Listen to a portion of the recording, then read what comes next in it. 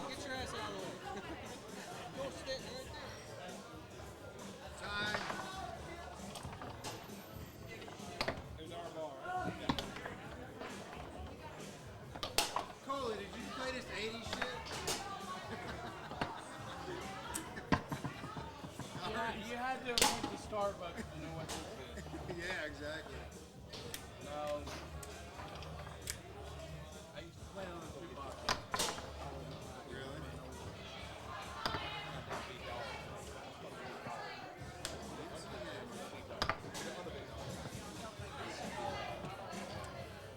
All right, here we go. We have ourselves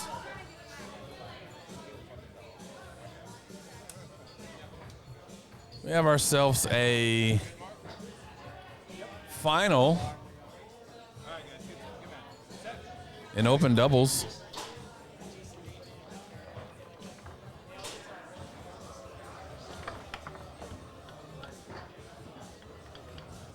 Tony Spredeman and Tommy Adkisson have the winner's side.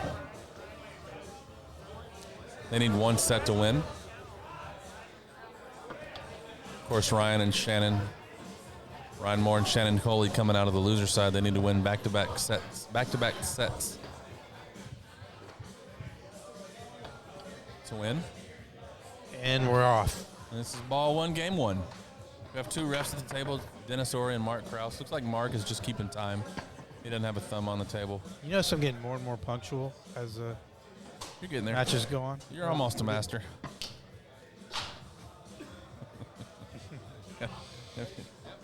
But you know, you're getting closer to not being a master. Never mind. I forgot how that worked. Almost a master's my email signature. I love it.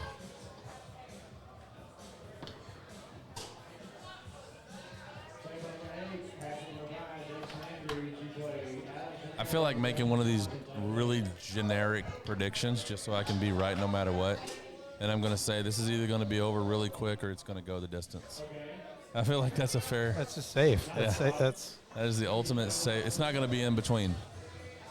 It's not going to be middle length. What would be an in between? A 3-1? An in between would be, yeah. 4-game set would be in between. Yeah. So we're either 3 or 5, basically. Right. Or a 6-game sweep. Well, that would be in between. Yeah, man, I wasn't even thinking second set. Now my mind's blown. Yeah, well, that's how I roll. Now you've been in this situation before. You played long enough. You've played successfully enough to know what it's like to get double dipped. Yes. That's not what I was going to say. But to know what it's like to be on the loser's side, you run through the bracket, you're beating everybody, you're running into the final with momentum, and you also presumably have been on the winner's side where you're the one waiting for the loser's side to catch up, and now you're cold going into the final. What is there really a difference, or is that just in our heads? Obviously, you want to be the team that only has to win 1 set, so I'm not saying would you rather be down a set, but in terms of like warming up or energy or however you want to. I'll say this. I think in 3 out of 5s, it's a disadvantage to be the team coming out of the losers. Okay. You're usually in a couple of dog fights that are, that are wearing a couple of 5-game matches, and then you come in this and you're playing a fresh Tony. Yeah. But 2 out of 3s, I think, you're not so tired and you're a little more warmed up, and I think it's a little bit of an advantage there to come out of the losers in that situation. Appreciate the insight. I don't know that I would have thought about it in terms of the difference between 3 out of 5 and 2 out of 3. So never mind the fact that as a team with the winners in the 3 out of 5, maybe you are a little cold, but you don't feel as much pressure to have to get that first game. Right. As you do if it's a 2 out of 3. And the team that's just tired and been working their butts off to get there, they're looking at a long road ahead of them to get to the 5th game. It's just a different mindset, I think. This is a rematch from earlier where Tony and Tommy put Ryan and Shannon into the loser's bracket. And in that match, Shannon, that's the match where I was saying Shannon just lights out clearing. Blocking was, good. But again, the clearing, I think, is going to be the difference a lot of the times. And already here, he's given Tony a free possession. Oh, That's nice. a good pass, too. That's a good pass, That's Tom. a couple passes that Tommy's hit. And Tony's going to score. He's a good, disclaimer, understatement incoming. Tony's a good shooter. Like he knows how to score, and he's going to score. You're not, I'm curious how other people think about this, because this is how I see the game. Tony is going to score. You're not going to beat him by blocking him. You have to beat him by limiting his possessions. Because if he gets 10, he's going to score 5. If he gets 8, maybe he scores 4. And those 2 possessions can be the difference between a win and a loss. I think that definitely is the Tony of the last decade. Before that, I think you just you hope you get on his shot. Yeah. You had a chance if you got on his shot, but his rollovers evolved so much, and it's so diverse now. Yeah, you need to keep the ball off his 3-bar. And he's going to score. He's not going to score 100%, 90, 80, even 70, probably not even 60%.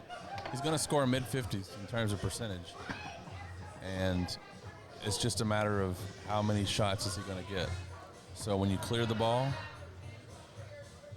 you're literally keeping him from having the opportunity to score. So if you're Shannon Coley, if you score, that's gravy. That's a bonus. If you block Tony, that's cool. But if you clear the ball every time and you get it in your forward's hand or even the other goalie's hand, you win. I think that I beg to be proven wrong on that. I mean, it's a good formula.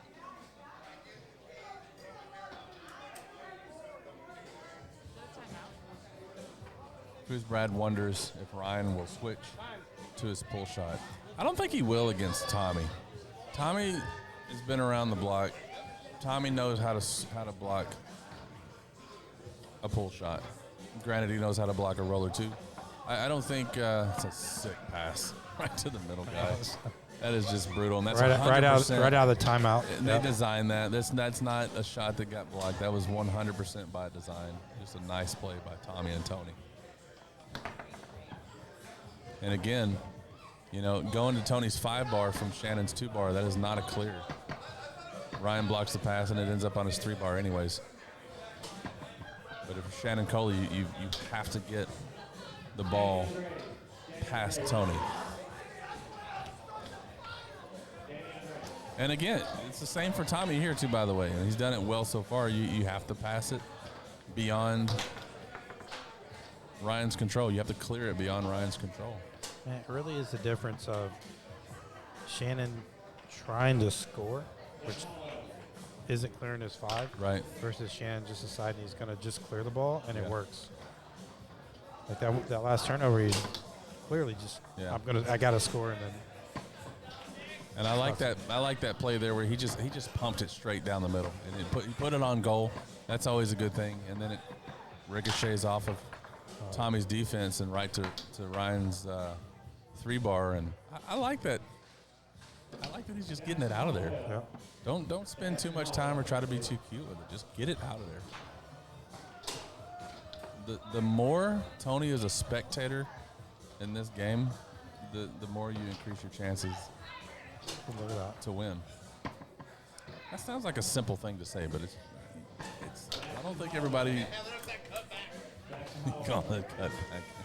Hey, by the way, when they played in the earlier match, Ryan was yapping a little bit, doing his thing, talking, which is fun and entertaining. You might be surprised to know that Tommy really wasn't giving it back. He was pretty quiet. I think Tommy's gonna take Tony's lead on this, since he's driving that bus. Right. You put Tommy up front with a lower rated goalie, which he does tend to play with sometimes in open doubles. Yeah. Yeah, he might start talking on you. He might. I was talking about that with Jason earlier in the He's first not going to match. do anything to distract Tony.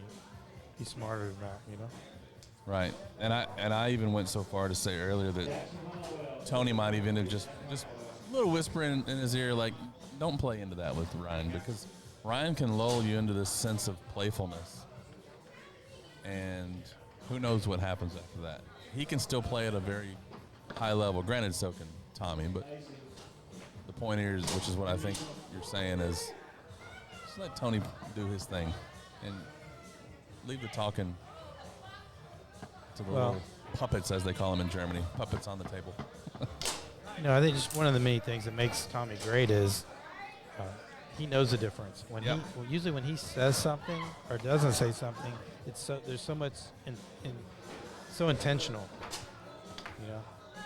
Like he's not talking just to talk. He thinks it's there's he's gonna get something out of it. Right. So he can easily control it and just not say anything too. Game 1 goes as many balls as you can go in foosball. In a game 1 at least. That's a full rack if you're paying by the quarter. It goes to 4-4, and then Tony and Tommy. Yeah, I got a pretty goal. good deal. I got a ball for $378. It's a pretty good deal. Need to hear that later. For now, I want to point out that all 4 baseball caps on the table are pointing the same direction. 2 on the left. At us, yes. And you and I actually have ours split. Yours is backwards and mine's forward. So there you go. If you're gonna quantify one thing, you might as well quantify everything. Mark Krause being the only exception here. His is pointing his own direction. Somebody get Dennis a hat. He's got a helmet for hair, so he really does. 1-0 here in the second game. Ryan Moore and Shannon Coley. Tony setting it up on his 3-bar. What do you think about my chances as a play-by-play guy that I'd never want to be? What? Your chances to actually be one? Yeah, and never mind the fact that I don't want to. I don't think you have the attention span for it. For what? Actually, for what? I was like, were you listening to me? Were you paying? Am I talking to this thing on? That was pretty good. That was good. That was Score good. 1 for Clay. All right. That is 1-1 here in game 2. Man, that didn't work out for Tommy, but man, he put the ball on Tony's 3. That was a great clear. It just kind of backfired, but. Bounce pass underneath the defending 5-bar, it looked like.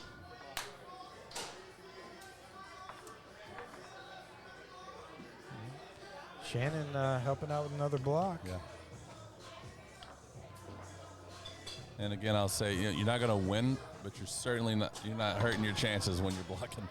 You're not going to block your way to victory, but you can certainly unblock your way to a loss. And there's the clear to you, right. There you go. You got to clear that. Something's wrong with that 3-bar middle guy too. There's a lot of possessions that just don't seem to go very smoothly. And it doesn't matter who's playing. That's at Tap Meadow again. It doesn't matter who's playing over there. Something's wonky with that yellow side today, for sure.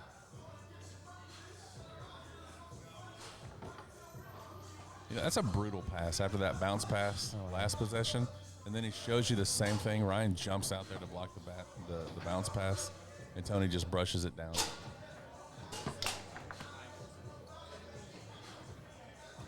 They think that was it? No, that was a different tape. That was a different. I can't hear with these headphones on, so there's no way I could hear 10. But okay, what did it look like to your naked eye? I thought it went in and out, but I couldn't really figure out. They were shrugging and saying, "I don't know." So I don't know. Well, they gave it to him. So. Yep.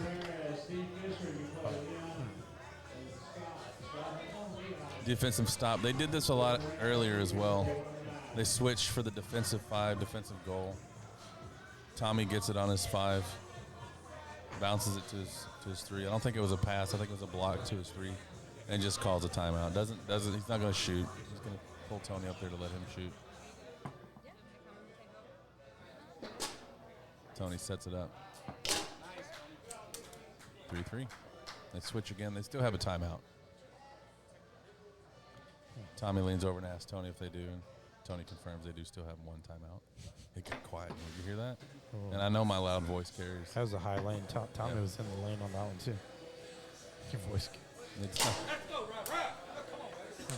I think Shannon was cheering before the ball even fully got in the goal. He knew as soon as that came off of Ryan's 3-bar that was a good shot, yeah.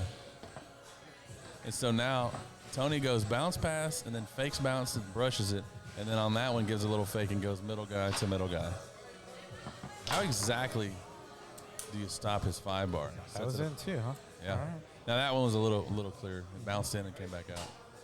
4-4 here in game 2. And Ryan just continues to pass at will. I don't know what the actual numbers are, but nice block. Big block, big block. But Tony has the ball in the back. They do have a timeout to burn. I think he's still going to clear it. Might look for a blank. Nah, he's going to call a timeout, yeah. I was thinking that maybe he would. I don't like that because Tommy could grab, any ball that goes through there. Like, it would be worth it to try to clear and let Tommy grab it. Do you think Tony feels in that moment that his 2-bar, I don't want to say a liability because that's a little too harsh, but do you think? Honestly, I think he feels like he's taking control by calling that timeout and switching. Yeah. Right. And, that makes them feel better. I just think and he could have cleared the ball, this, Tommy grab it, and then they're off, Right. And remember last time they called a timeout on the 2-bar, they worked out a play. They passed came it back straight and to Tony's 3-bar. It's taking control. Right. It's like, hey, we're going to dictate this. He might be looking to brush it to that far. Another pull kick pass. Oh, no. Yeah. It's on goal. Cut down the middle again, huh? Yeah.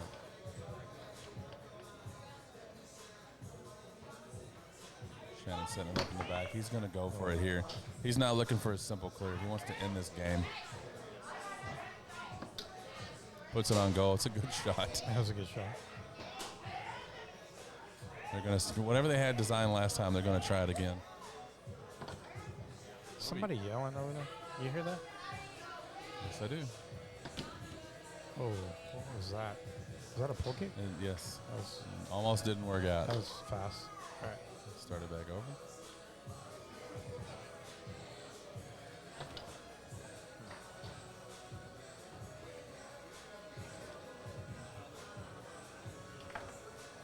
There was a 5-bar hole open when they played earlier, and it looks like Shannon's leaving it again. Tony didn't hit any, so might not be really on the menu right now. He tried 3 or 4 of them when they played earlier. It's another hard shot on goal. Man, good things happen. Yeah. Look at that. You put that ball on goal from the back, it's going to go in a percentage of the time. It's going to go to your partner's 3-bar a percentage of the time. And your forward's going to call timeout a percentage of the time.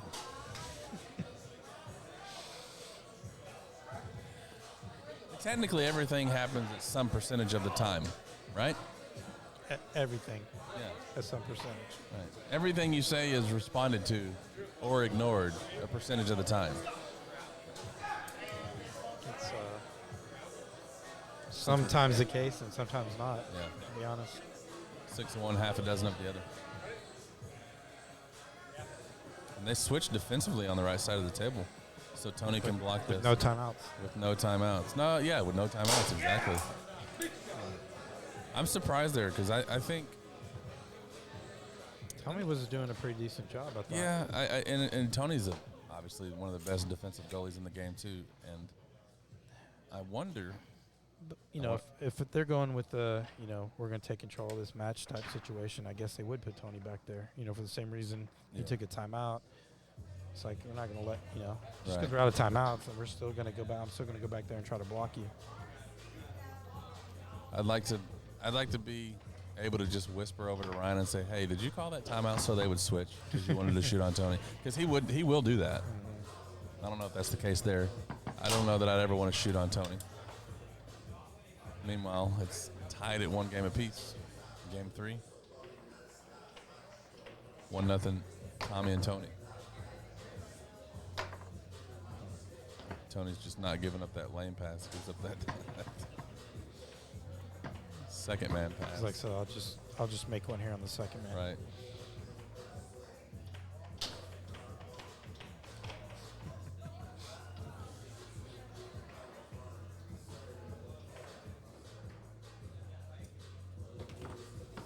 That's that pass earlier that I was Wow, what a talking grab. about. Good grab, Where yeah. he just brushes it down and Tony makes a play that I think really only Tony can make by No, grabbing that ball. I like it. As a forward, even if I get a piece Nice of that shot. pass, I'm probably not going to grab. It's probably going to get away from me, as a defender. Yeah. That's why I like that so much. Either goes through or, defender can't really grab it.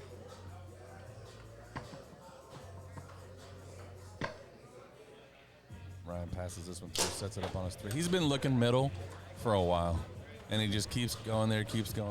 And even when they get blocked, he just keeps going there. And I think at some point, oh my God, what do you say? Good grief. How long until we just call that the Tony? Lane We're pass there. I'm straight there. into- I'm there. You got me. Lane pass to the pull kick. I mean, think of all the other shots that have names that are like the John Wayne. Quick strike. Don't need it. Right. Tony. There we go. John Wayne has, yeah. I mean, it's What did he deserve it? What did he do to deserve his own name? and it's also, it's like, it's not even hard to do. Anybody can do that. It's hard to do like that, though. The John Wayne? Oh. No, I'm talking about the John Wayne. I was talking about the Tony. No. No, I'm saying John Wayne that shot has a name, and anybody can do that. Right. So why not just call the Tony the Tony? Meanwhile, Ryan and Shannon have switched.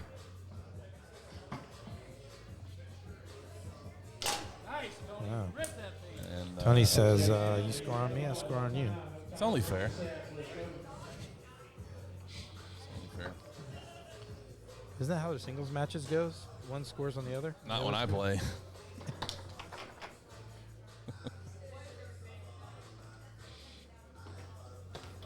You've never gone a whole singles match without scoring a point. That's true. I don't believe it. That's true. I have gone a singles match without them scoring. Well, there you go. There's a fun stat I'll share with you when there's a timeout or a break in the action. Otherwise, that's a fun story to tell. And I'll name names. I'm not one of these beat around the bush, figure it out kind of people.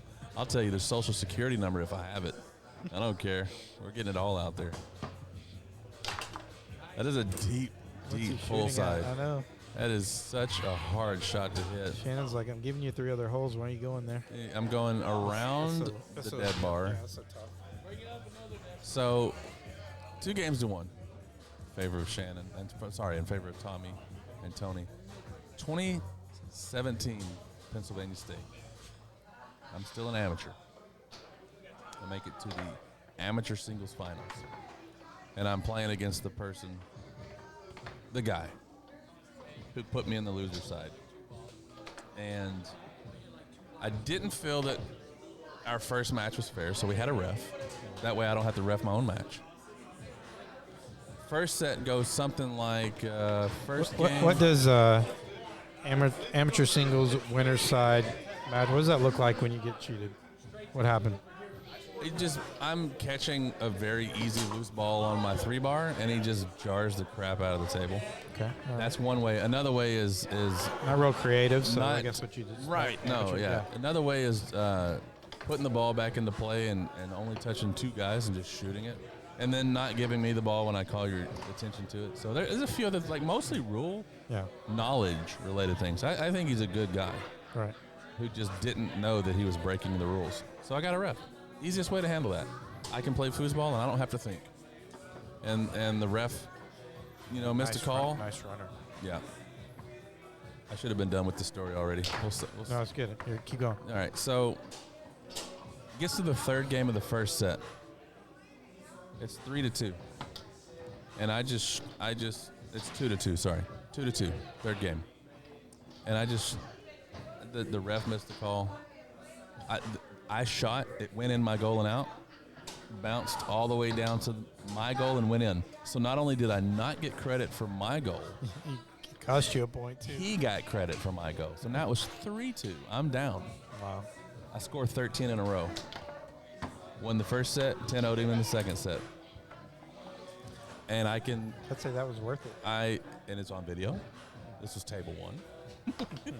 And you've seen me play enough to know that some of those were some back wall passes into a pull kick and slingshots, quick, front toe, all the different things that I do when it doesn't matter. And I was doing it when it did matter, and it worked. 13 straight goals. 10-0'd him in the second set. Back to the match that Did you get matters. some top wall off the back wall to your 3-bar? Yeah. In there somewhere? Yeah, all of it. Everything you've ever seen me do. It's all 13 shots that I know how to do.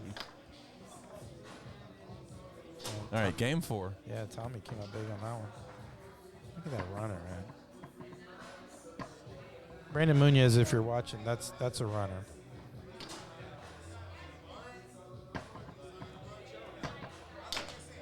I think the runner is probably the most underused pass.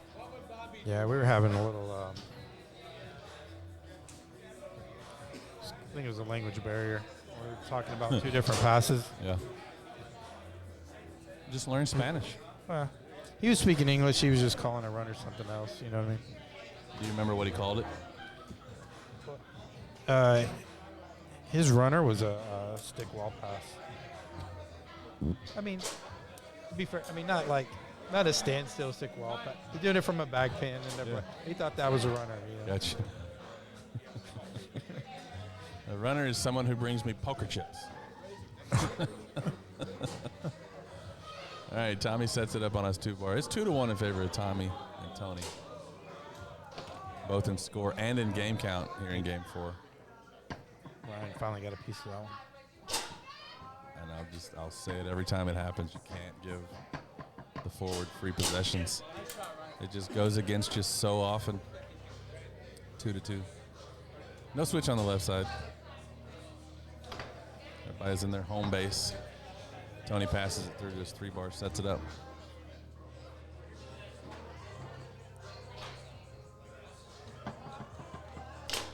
That is a deep shot, Warren. That is a deep shot. I don't think there's a man on the table that goes over there. That's not right. It's just impressive. And that, from where I'm looking, it looks like it's not available. That's what I'm saying. I don't think there's a man on the table that covers that. Is it possible that the 3-rod bumper is blown out and he's able to go just an extra 3/4 of an inch? Because I don't understand that.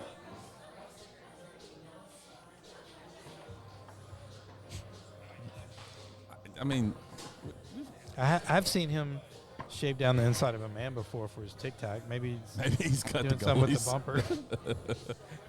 Or the bumpers. Nice shot by Ryan. Makes it 4-3. It's match point.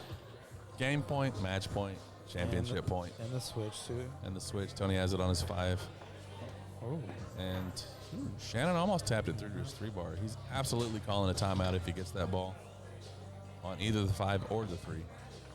And that pass. It's just brutal. Yeah. Tony's shooting for the win. And he gets it. 2022 Oklahoma State Open Doubles champions. Tony Spredeman and Tommy Adkisson. Great showing by Ryan Moore. And the manliest of celebration hugs. And let's go ahead and point out something that nobody else probably remembers at this point. The one thing I said would not happen is what happened. It went 4 games.